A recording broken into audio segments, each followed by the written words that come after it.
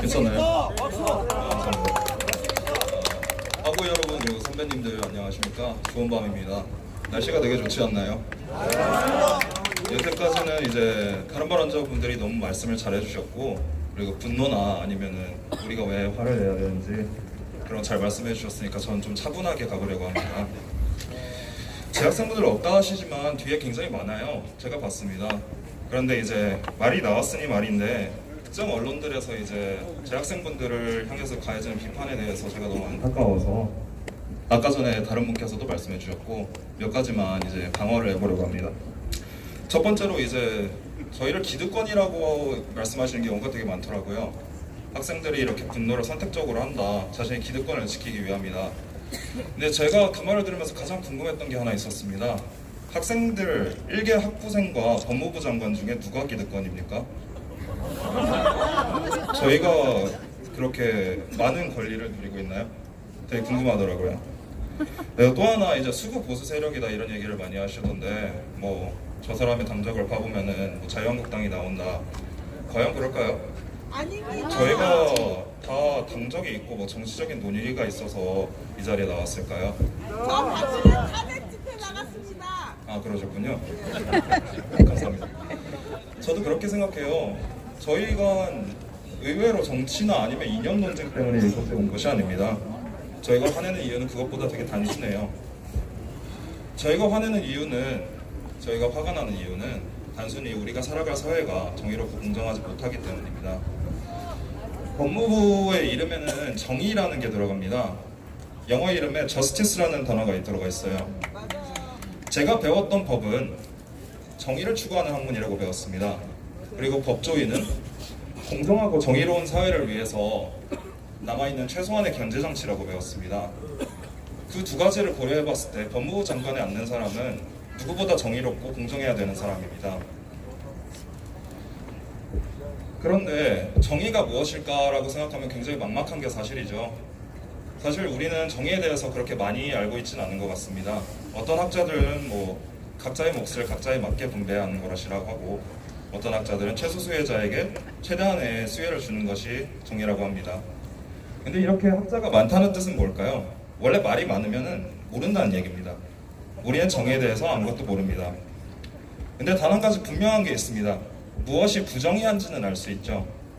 앞과 뒤가 다르고 진실을 얘기하지 않고 위증을 하고 거짓말을 하고 그저 불법이 아니라는 하에 탈법적인 행위들을 옹호한다면 그것을 정의라고 부르지는 못할 겁니다. 여기에 우리가 화내는 이유가 있습니다. 학생들은 단순히 부정의한 것을 받기에, 명백히 부정의한 것을 받기에 화를 내고 있는 겁니다. 저는 교수님들을 굉장히 존경하는데요. 학계에 계신 분들이고 저에겐 너무 많은 가르침을 주신 분들이기 때문에 저는 굉장히 존경한다고 생각합니다. 그래서 오히려 강단에 갖고 계신 조 장관님께 아니라 조국 교수님께 부탁드리고 싶습니다. 조국 교수님, 당신은 법무부 장관에 어울리는 사람이 아닙니다. 누구보다 정의롭고 공정해야 될 사람이 아닙니다. 당신은 정의롭고 공정하지 않아요. 그 자리에 어울리지 않으니까. 그리고 다른 교수님들께 누가 되지 않게 학계와 상아탑의 이름을, 제가 누구보다 존경하는 학계의 이름을 더럽히기 전에 그만 더럽히시고 내려오셨으면 좋겠습니다. 감사합니다. 안녕하세요. 연세대학교 재학생입니다. 제가 진짜 이런 자리에 나서보는 게 진짜 처음이라 너무 떨리는데 재학생분들이 너무 말씀 안 해주셔가지고 좀 똘똘 뭉쳤으면 좋겠는 마음에서 나왔습니다.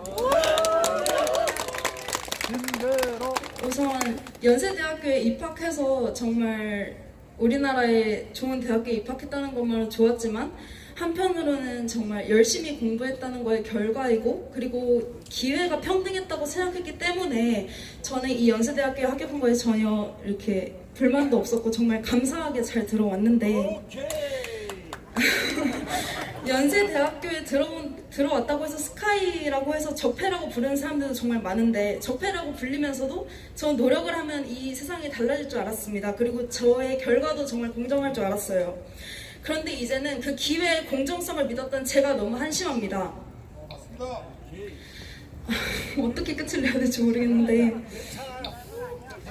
법무부 장관 임명을 강행한 것은 정말 잘못된 선택이고 이것은 국민들을 농락한 거라고 생각합니다.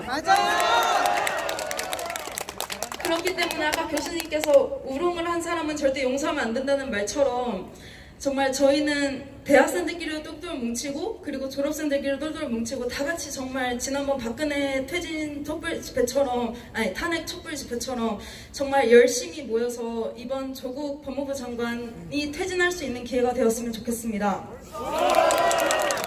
감사합니다. 안녕하세요. 연세대학교에 재학 중인 학생입니다.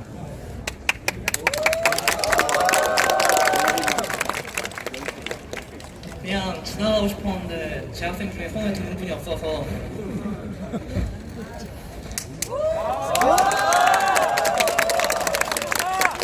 제가 그냥 지나가는 중에 재학생 중에 손을 드는 분이 없어서 제가 손을 들게 되었습니다.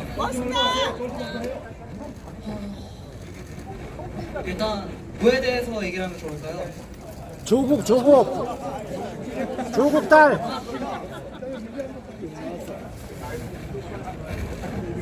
일단 제가 먼저 이 자리에 하고 싶은 말은 문재앙이나 그런 용어 같은 거의 사용은 좀 지양해줬으면 하는 마음이 있습니다.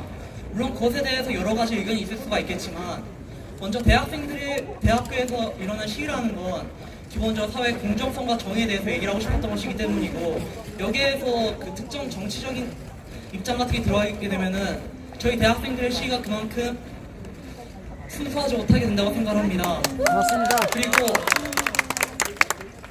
제가 개인적으로 여기에서 서게 된 이유는 현재 조국 법무부 장관님에 대해서 하고 싶은 말이 있었기 때문인데요. 저는 솔직히 얘기해서 정치관에 별로 기대를 하지 않습니다. 좀 정치한 사람들이 대부분 좀 거의다가 손에 좀 더러운 사람들이라는 얘기가 있기 때문인데 근데 민주당이나 좀 진보라고 부르는 소위 세력들에서는 저는 좀 지지를 해오는 편이었습니다. 그래도 좀 더 깨끗한 편이라고 믿었기 때문이고요. 하지만 이번에 일단 확실하게 나온 그 조국 법무부 장관님의 사님의 논문에 관해서는 저 이거에 관해서 이견이 없다고 합니다. 대학생들이 이거에 관해서 민감하게 반응한 이유는 기본적으로 우리나라가 자본주의 사회고 자본의 크기에 따라서 인생이 결정이 되고 부모님이 누구냐에 따라서 인생이 결정이 된다고 하더라도 기본적으로 자식이 자신의 노력에 의해서 어느 정도 자신의 인생을 바꿀 수 있다고 믿기 때문입니다.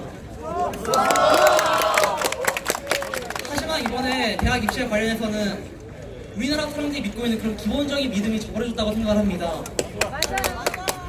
저는 이 자리에서 크게 없고 그리고 조국 법무부 장관님이 예전에 말씀하셨던 것처럼 현직 법무부 장관이라도 입시 비리나 현재 뭐 수사 중인 정황에 대해서 충분히 피의자임이 확인이 될 만한 증거 같은 게 나오게 된다면 스스로 장관 자리에서 물러나서 수사를 받아야 된다고 생각을 하고 그것이 사회 정의를 위한 길이라고 생각합니다. 감사합니다.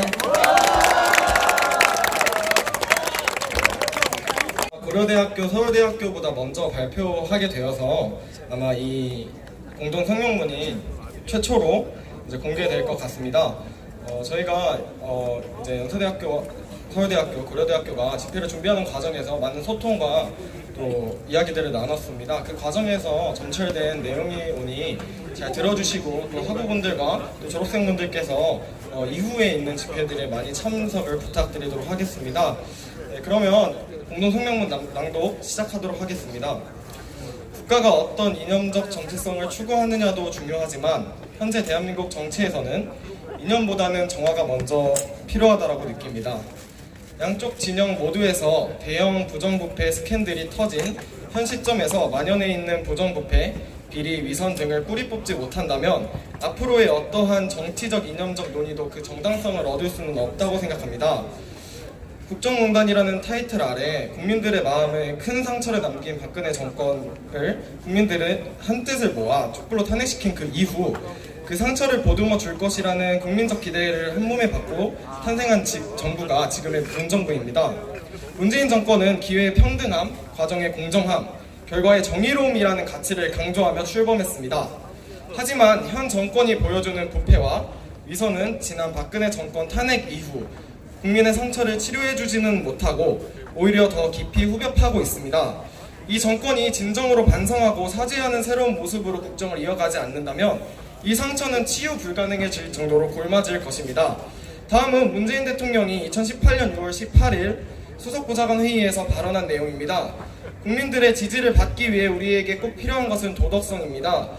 우리는 상대적으로 높은 도덕성을 가지고 있다. 기본적으로 도덕적 가치를 더 높게 존중하는 DNA를 우리는 가지고 있다. 상대적으로 작은 도덕적 흠결만 보여도 국민들로부터 훨씬 많은 질타와 비판을 받게 된다. 이렇게 말했던 문재인 대통령은 현재 수많은 불법을 저지른 것으로 추정되는 조국 법무부 장관 임명을 강행했습니다. 이를 통해 문재인 정부가 받았던 도덕성에 대한 기대를 완전히 저버렸다는 것을 우리는 기억해야 할 것입니다. 그리고 그 선택에 대한 책임을 마땅히 져야 할 것입니다. 우리 국민들은 더 늦기 전에 다시 한번 단합하여 불의에 대한 저항과 목소리를 내야 합니다. 분열된 국민들은 한데 어울릴 수 있는 그 대의는 우리가 모두 3년 전에 공유하고 동의했던 반부정부패에 대한 목소리가 되어야 할 것이고, 또 이 운동을 전개하는 주체는 앞으로의 대한민국을 이끌어 나갈 오로지 정의롭고 공정한 사회를 갈망하는 순수함을 지닌 청년들이 되어야 한다고 생각합니다. 이제는 우리 순수한 청년들이 나서야 할 때입니다. 두렵고 앞이 어둡지만 우리가 촛불로 하나 되어 밝은 빛을 비춰나간다면 세상을 정의롭게 만들 수 있습니다. 따라서 이번 집회를 끝으로 더 이상 학교 단위의 집회가 아닌 전국적으로 학생들이 모일 수 있는 전국 대학생 연합 촛불 집회를 전국 대학생들에게 공식적으로 제안합니다. 많은 참여 부탁드리도록 하겠습니다. 감사합니다.